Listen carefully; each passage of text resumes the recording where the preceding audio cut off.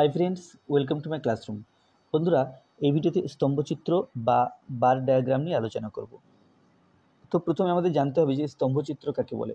এই নামের মধ্যে দিয়েই অনেকটা বোঝা যাচ্ছে যে স্তম্ভ মানে কয়েকটি স্তম্ভ এবং স্তম্ভলেখচিত্র, অর্থাৎ কয়েকটি স্তম্ভ এঁকে কিছু রাশির তুলনা করা, সেই স্তম্ভগুলোকে স্তম্ভচিত্র বলা হয়।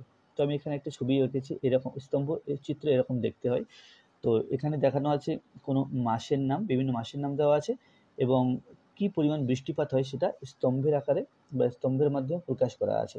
আর কোনো কিছু না দেখেই কেবল এই স্তম্ভগুলো দেখেই বোঝা যায় যে বেশি উচ্চতার স্তম্ভ মানে প্রকাশ করছে বৃষ্টিপাতের পরিমাণ বেশি, কম কম স্তম্ভ বা কম উচ্চতার স্তম্ভ যেটা আছে সেটা দেখে বুঝতে পারা যাচ্ছে এখানে বৃষ্টিপাতের পরিমাণ খুবই কম। তো কি হয় যে স্তম্ভচিত্রের মাধ্যমে আমরা তুলনা খুব সহজে করতে পারি চিত্রের এই বা স্তম্ভগুলোর এই হাইট বা উচ্চতা দেখে।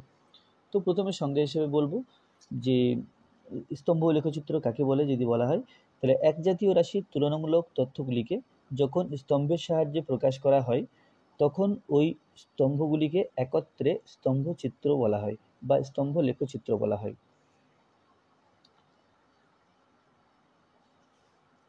তাহলে স্তম্ভচিত্র থেকে সহজে এক প্রকার উপাত্রের তুলনা করা যায়। যেমন কোনো একটি অঞ্চলের 6 মাসের বৃষ্টিপাতের একটি স্তম্ভচিত্র দেওয়া আছে। এখানে আমি 6 মাসের একটা বৃষ্টিপাতের রেকর্ড দিয়েছি। তো এই চিত্র থেকে খুব সহজে বিভিন্ন মাসের বৃষ্টিপাতের পরিমাণের তুলনা করা যায়। যেমন সর্বোচ্চ বৃষ্টিপাত হয় জুলাই মাসে আর সর্বনিম্ন বৃষ্টিপাত হয় এপ্রিল মাসে। তো তোমরা এই চিত্রটা দেখো, এখানে বিভিন্ন হাইটের স্তম্ভগুলো দেওয়া আছে। সবচেয়ে বেশি হাইট এই স্তম্ভটির, অর্থাৎ জুলাই, এটা আছে 40 হাইটের।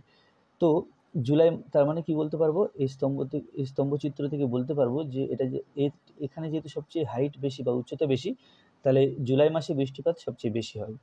আর এখানে সবচেয়ে উচ্চতা কম আছে এই স্তম্ভটির, এটা এপ্রিল মাসে বৃষ্টিপাতকে নির্দেশ করছে। তাহলে এপ্রিল মাসে বৃষ্টিপাত সবচেয়ে কম হয় যে অঞ্চলের কথা এখানে বলা আছে সেই অঞ্চলে। এমনকি কোনো একটি মাসের বৃষ্টিপাতের পরিমাণও জানা যায়। যেমন মে মাসে বৃষ্টিপাতের পরিমাণ 20 সেন্টিমিটার, জুলাই মাসে বৃষ্টিপাতের পরিমাণ 40 সেন্টিমিটার। তো এই স্তম্ভচিত্র থেকে আমরা কি জানতে পারি যে কোনো একটি মাসে কত বৃষ্টিপাত হয় বা কী পরিমাণ বৃষ্টিপাত হয় সেটা কিন্তু স্তম্ভচিত্র থেকে জানা যায়, কারণ এই বাদিকে দেখো স্কেল দেওয়া আছে। তো এখানে 10, 20, 30, 40, 50, অর্থাৎ এগুলো বৃষ্টিপাতের পরিমাণ। তো এপ্রিল মাস যেটা আছে তার স্তম্ভের হাইট দেখতে পাচ্ছি 10, অর্থাৎ এপ্রিল মাসে 10 সেন্টিমিটার বৃষ্টিপাত হয়। মে মাস যেটা আছে দেখো, মে মাসে এই হাইট, এখানে হাইট আছে 20 সেন্টিমিটার। তাহলে মে মাসে এই স্তম্ভ দেখে বলা যাবে যে বৃষ্টিপাত হয় 20 সেন্টিমিটার।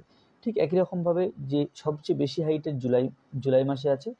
তো জুলাই মাসে যে স্তম্ভটি সেটার উচ্চতা 40 একক।